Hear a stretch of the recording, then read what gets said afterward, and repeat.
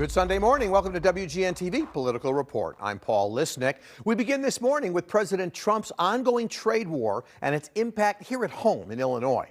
The president says his 90-day pause of reciprocal tariffs on dozens of countries has brought them to the negotiating table. He kept a 10% baseline tariff in place and raised tariffs on Chinese goods as the country continues retaliatory measures. Some business executives are warning of a potential recession sparked by the trade war. Still, President Trump says what he's doing is long overdue. But Democrats call the president's trade moves chaotic and bad for the economy.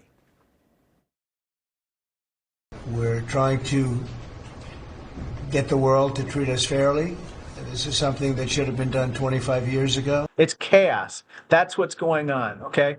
My constituents are complaining. Their 401ks are becoming 301ks. Their college savings are going down. And then employers are calling me and saying we're anticipating layoffs. They think that we're headed toward a recession. When you impose blanket tariffs on friends, partners, and allies and others, you're basically hiking prices on all Americans. And when you hike prices on all Americans, you're essentially putting a tax on them. And that tax is going to slow the economy down, and we're now heading to a recession as a result. And joining me now is Mark Denzler, the president and CEO of the Illinois Manufacturing Association. Mark, thanks for being with me. Obviously, we're going to talk about tariffs specifically, but I'm curious to know your view of the fact that these tariffs will be imposed one day, removed a couple of days later. Who knows what will happen in coming days? How does the uncertainty impact what's going on in Illinois, which is the fifth largest state? Well, you're right. We're one of 5 states with a $1 trillion economy, and the uncertainty is really what's creating the chaos, Paul. Businesses need to know the rules of the road so they can plan ahead, but it's really hard to plan when it's on for 30 days and then it's off, or it's on for 90 days and then it's off. They really just need to know what the rules of the road are so they can figure out how to operate best. We know while President Trump kind of brought tariffs to a 10% level, seems like a gift for most of the countries around the world, but the war with China goes on, and who knows from day to day what those rates will be. Certainly in recent days, it was well over 125, 140. But my question here is with regard to the amount of money Illinois depends on with trade with China and what goes back and forth. How quickly will manufacturers feel the pain here? Do they have no other choice but to pass those kinds of tariffs on to consumers? Well, they're going to feel it pretty quickly, and certainly consumers will probably see higher prices at the gas station or at the grocery store. When I talk to manufacturers across the state, they're trying to figure out, is this something they can pass along to consumers or the businesses that buy from them, or do they eat it? And I think there's a leeriness, Paul, about adding those costs to consumers that are already seeing higher than average inflation costs. But that's one of the difficulties is when you talk about agriculture and you increase those input costs, whether it's seed or fertilizer, and then you think about the increased price of steel when you're building a combine or a bulldozer, it really puts farmers, for example, in a tough position. It makes it more expensive to grow crops and at the same time more expensive to buy the equipment that they need in the fields. Canada's always been a close friend, a key trading partner when it comes to lumber and oil. Lots of, sort of challenges going on in that relationship now from the government. Can you talk about Illinois' relationship with Canada? What happens next? Well, we have a great relationship with both Canada and Mexico. I was just with the governor in Mexico on a trade mission last week, and I know the governor's met with the consuls general of both those countries. We have great relationships around the world, and it's important because Illinois is a huge trading state. Particularly about $80 billion worth of goods and services are sent across the United States borders every year. And the majority of those products, 70% are manufactured goods, and a lot go to Mexico and Canada.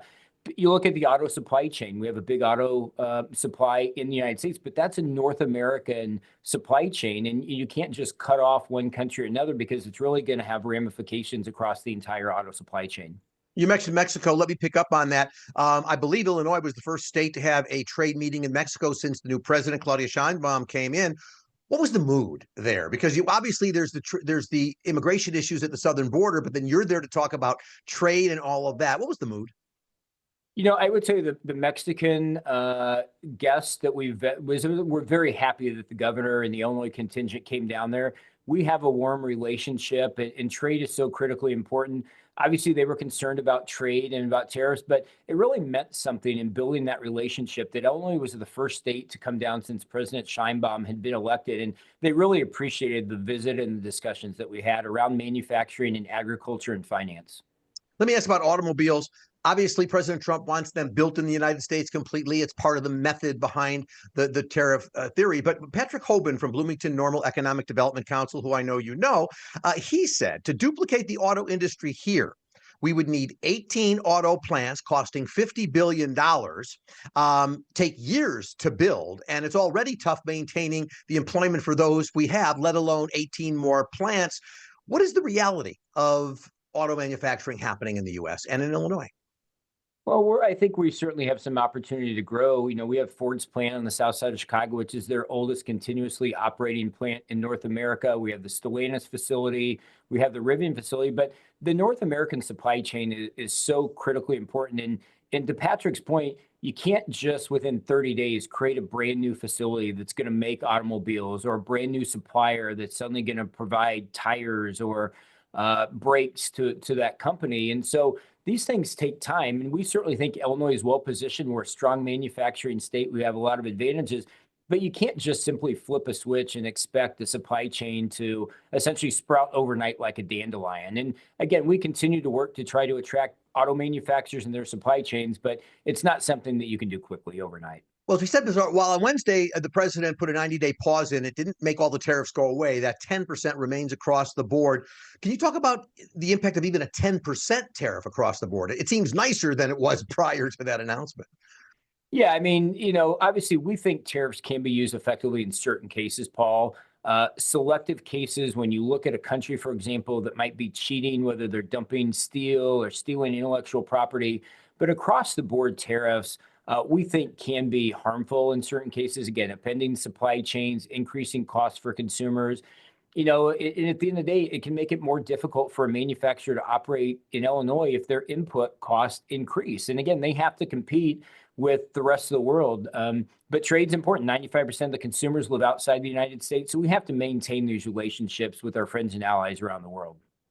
By the way, while I have you, I do want to note you announced recently the winner of the 2025 Makers Madness contest to name the coolest thing manufactured in Illinois. We're talking about Illinois. The winner, by the way, was the aerial firefighting helicopter refill pump made by MTH Pumps in Plano. I have no idea what that is, but okay. It won. So my question to you is, what exactly do we manufacture in Illinois, and will those products feel the impacts of the tariff?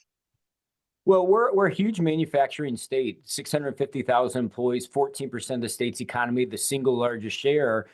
So it's a cog in the Illinois economy, and anything you do that's going to reduce manufacturing production here in Illinois could result in job losses, reduced tax revenue for the state or city coffers.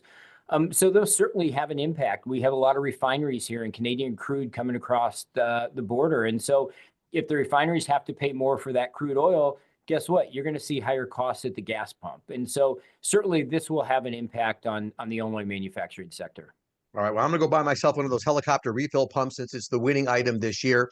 Congratulations. Always look forward to the winner of that every year. Mark Denzler, the president and CEO of the Illinois Manufacturers Association. Thank you so much for your time today. Have a good Sunday. Thanks, Paul. All right. And coming up, President Trump takes aim at Chicago again. What's at stake if the federal government pulls city funding? And the request for Governor Pritzker to appear on Capitol Hill. That's coming up next.